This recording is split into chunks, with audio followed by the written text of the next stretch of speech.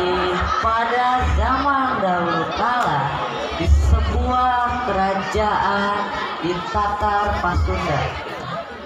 Kerajaan itu dipimpin oleh sebuah raja yang sangat bijaksana, sangat baik kepada rakyatnya dan sangat rendah hati. Raja itu bernama Prabu Tapa Agung. Prabu Tapa Agung memiliki dua orang anak. Yang pertama bernama Purbarara dan yang kedua bernama Purbasari.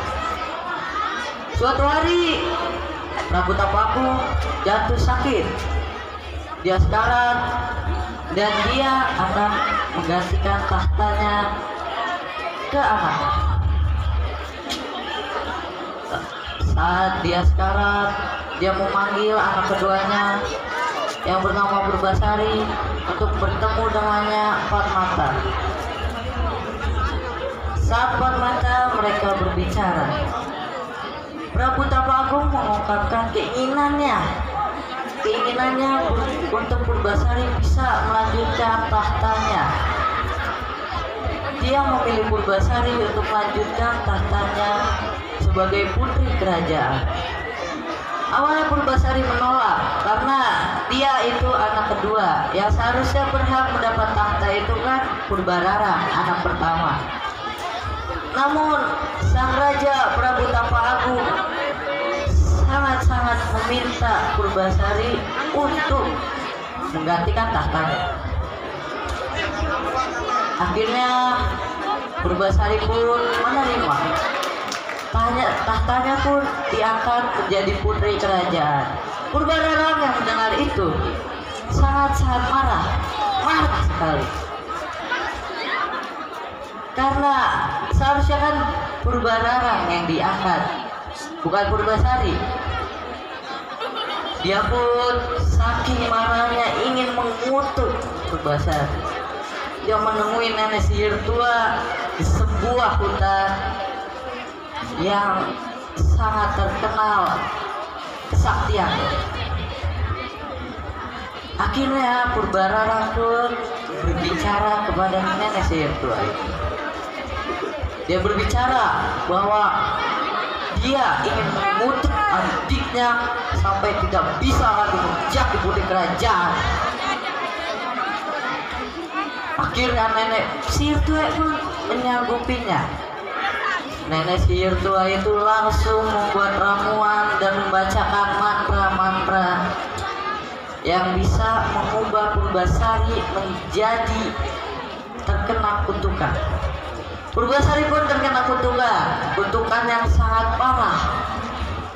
Kulitnya berubah menjadi totol-totol hitam. Totol-totol hitam yang semakin membusuk, semakin lama semakin membusuk dan sampai mengeluarkan nanah. Akhirnya dia pun diusir dari kerajaan karena dianggap menyebarkan wabah. Dia diusir oleh kakaknya Purbarara. Saat dia diusir, Purbarara pun naik tahta menjadi putri kerajaan menggantikan adiknya. Saat dia diusir, dia mengasingkan diri di sebuah hutan yang sangat jauh dari kerajaan itu. Saat di hutan, dia berteman dengan seekor kera bernama Lutung Kasarung. Lutung Kasarung ini sangat menyayangi Purbasari dan sangat melindungi dia. Dia setiap hari mengajak bermain, setiap hari curhat, dan mereka bermain. Suatu hari Purbasari diajak oleh Lutung mandi di sebuah telaga. Awalnya Purbasari menolak karena telaga itu sangat jauh dari tempat mereka tinggal dan itu sangat berbahaya karena banyak sekali hewan-hewan buas yang menunggu di sana. Tapi Lutung pun meyakinkan. Lutung bilang, tidak apa-apa, kenapa harus takut? Gitu. Purbasari yang awalnya menolak pun akhirnya setuju dan mengikuti Lutung untuk mandi di telaga. Saat sampai di sana, Mereka berdua berenang bersama, bermain air, ciprat-cipratan, tertawa, bercanda-bercanda, sampai tanpa disadari kulitnya yang tadinya hitam, busuk, penuh dengan belatung, kembali menjadi mulus, kembali menjadi cantik, kembali menjadi glowing.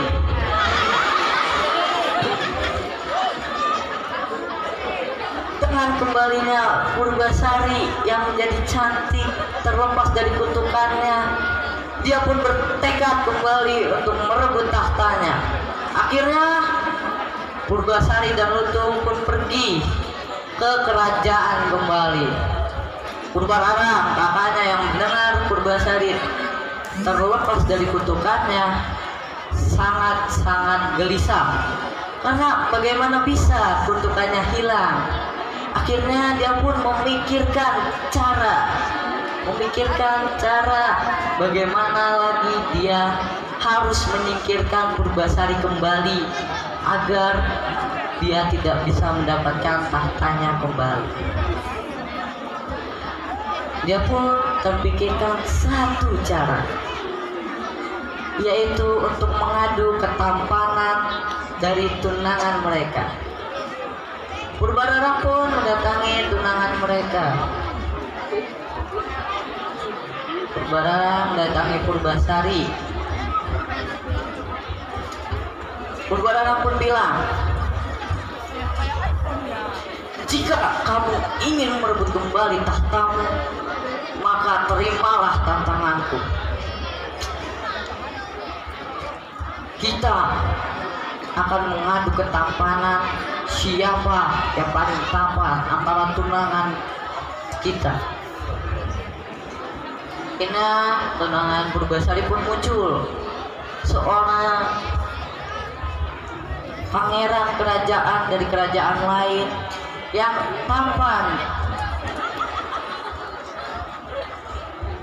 Nah, karena Purbasari tidak memiliki tunangan, akhirnya dia memilih Lutung sebagai tunangannya. Awalnya Purbararang dan tunangannya pun mengetahui gitu, karena bagaimana bisa seekor monyet yang kecil dipilih sebagai tunangan.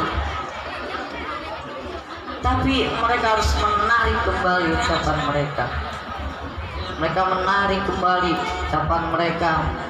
Mereka harus terdiam di saat Lutung berubah menjadi pangeran yang sangat tampan, yang berwibawa, yang mempunyai pesona.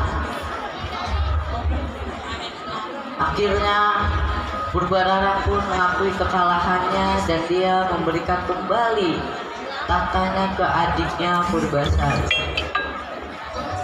Akhirnya Purbasari dan Lutung pun menikah.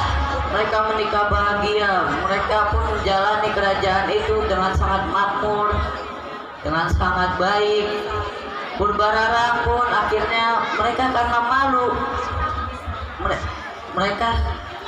malu kalah dari Purbasari, akhirnya pergi dari kerajaan itu. Mereka pun tinggal di sebuah desa yang sangat kecil. Dan akhirnya Purbasari pun hidup bahagia bersama Lutung sampai menjelang akhir hayatnya.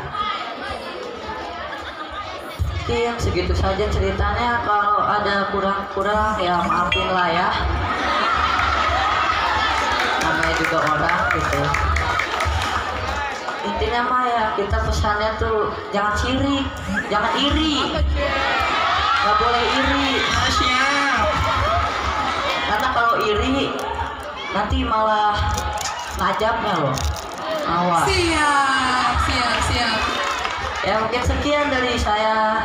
Assalamualaikum warahmatullahi wabarakatuh.